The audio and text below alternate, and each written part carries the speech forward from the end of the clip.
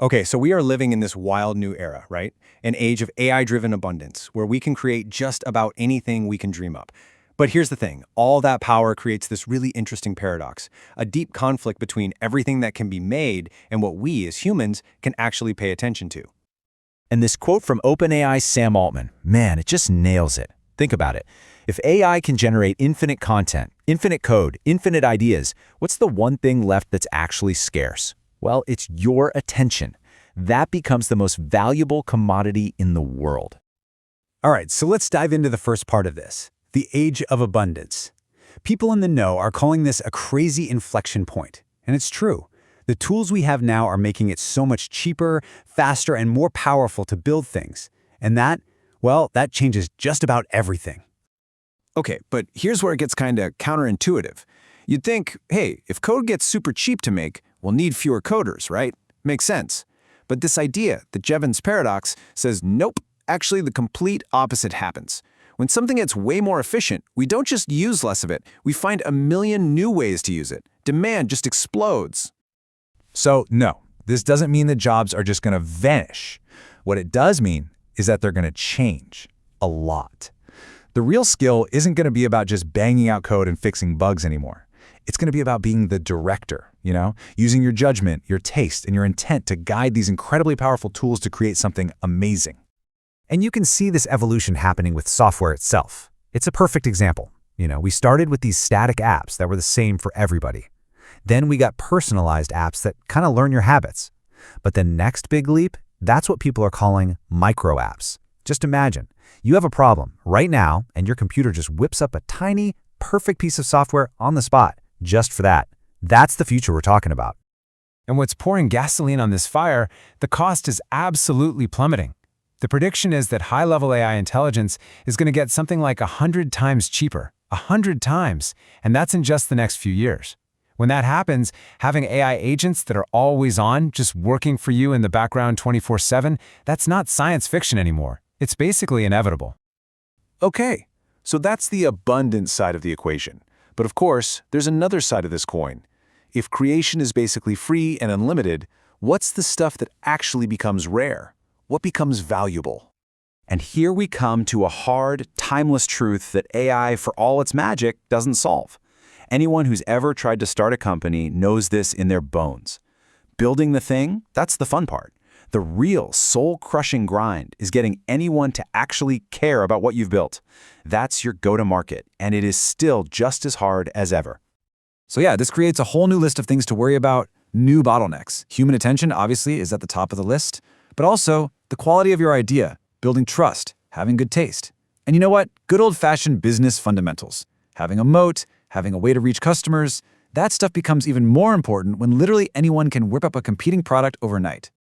You hear this term a lot now, right? AI slop. All this low-quality, AI-generated junk that's flooding the internet.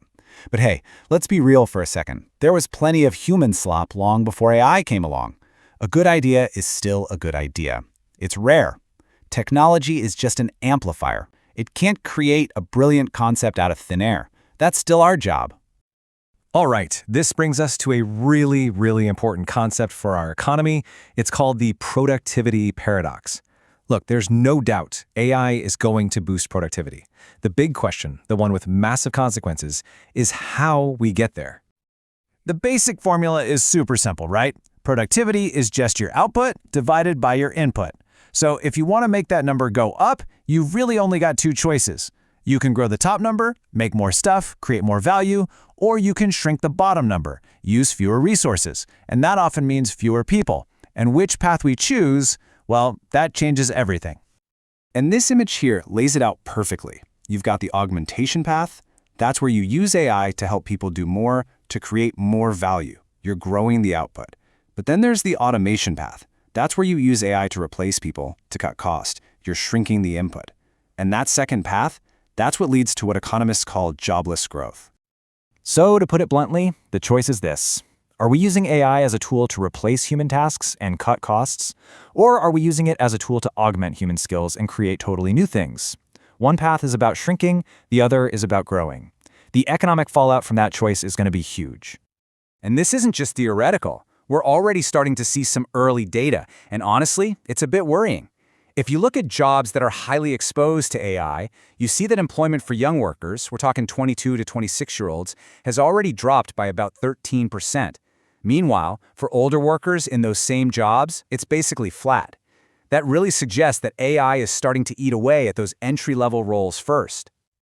Okay, so when you start talking about this level of disruption in power, you have to talk about risk. And managing these new, unprecedented risks requires a totally different way of thinking. It's a shift away from trying to block or restrict the technology and toward building resilience, being able to handle it when things inevitably go wrong. And this quote from Sam Altman is, it's hilarious, but also kind of terrifying, because it's just so real. He's basically saying he was super careful, he was not going to give an AI agent full access to his computer. And he lasted all of 2 hours. Why? Because it was just so darn convenient. And that's the real danger here. We're all just going to kind of slide into this, thinking, you know what, YOLO, because it makes life easier, until it doesn't. And we're not talking about small risks here. One of the biggest concerns on the horizon is biosecurity. The same powerful AI that could help us cure diseases could, in the wrong hands, also help design novel pathogens. It's a dual-use problem on a massive scale. This is why the old way of thinking about security, just trying to lock down powerful models and restrict access, it's just not going to scale. It's not a viable long-term strategy. The new model has to be all about resilience.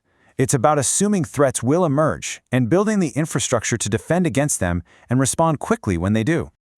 And the fire safety analogy is honestly the perfect way to think about this. Think about it. Fire is an incredibly useful but also incredibly dangerous technology.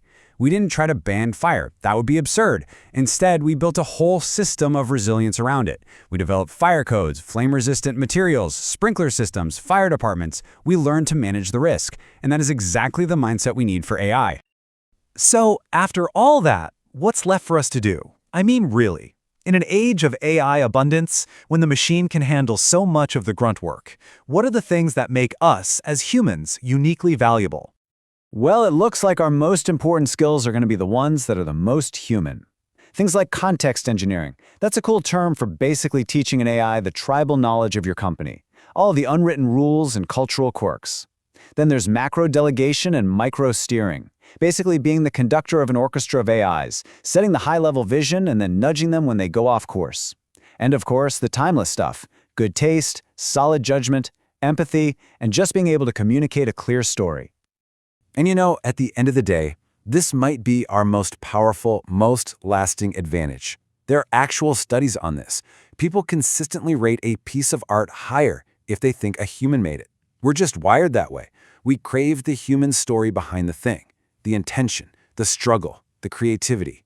And that connection, that's something an algorithm just can't fake. And that brings us right back to where we started, in this new world of AI-driven abundance, where you can have almost anything you want created in an instant. The real question isn't about what the AI can make. The real question is for you. What is actually worth your attention?